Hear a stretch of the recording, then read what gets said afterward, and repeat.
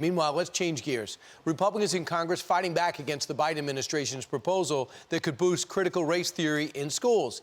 In a letter to Education Secretary Cardona, they write, our educators should not be encouraging ideologues that undermine the value of individual liberty and America's founding ideals, while further embedding the concept of systemic racism in our children's education, which is Marxism. Author Douglas Murray is here to react next, speaking about this soon. Douglas, are you shocked we're at this point where there's actually a debate about putting this into schools and the person that wants it in is the President of the United States? I'm not shocked, but I am worried about it, and I think all Americans should be worried about it. The ideas that are being suggested to be pushed into American schools in history and civics education are things that none of us had heard of only a few years ago.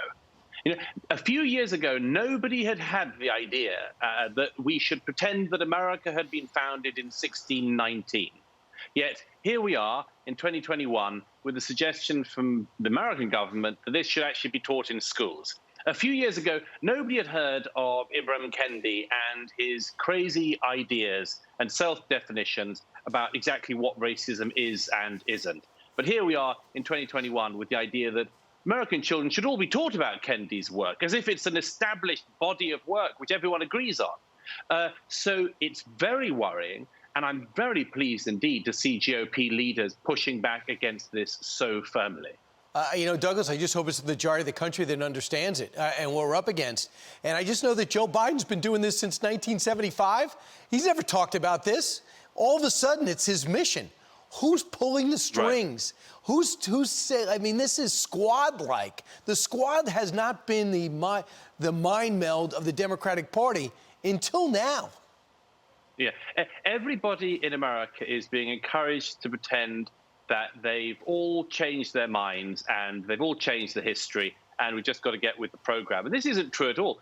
What's needed is for more and more people, like these GOP leaders, just to say, no, we actually do know our history. We're very happy to debate it and contest it, but we're not going to have the whole thing rewritten. We're not going to just pretend America is another place. Thank you. That's what's needed.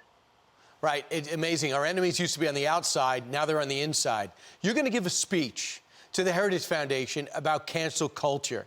Now, look, I'm watching people like Bill Maher every Sunday, every week, and I go, I cannot believe how much I agree with him. A lot of comedians and celebrities are actually saying, well, wait a second. How did we get here? What's your message to cancel culture? Who wants it? Outside LeVar Burton. Yeah, the only people who want it are people who want to bully and push their way in to dominate the entire culture and the political narrative. And it goes back to what we were just saying. We've just got to resist it.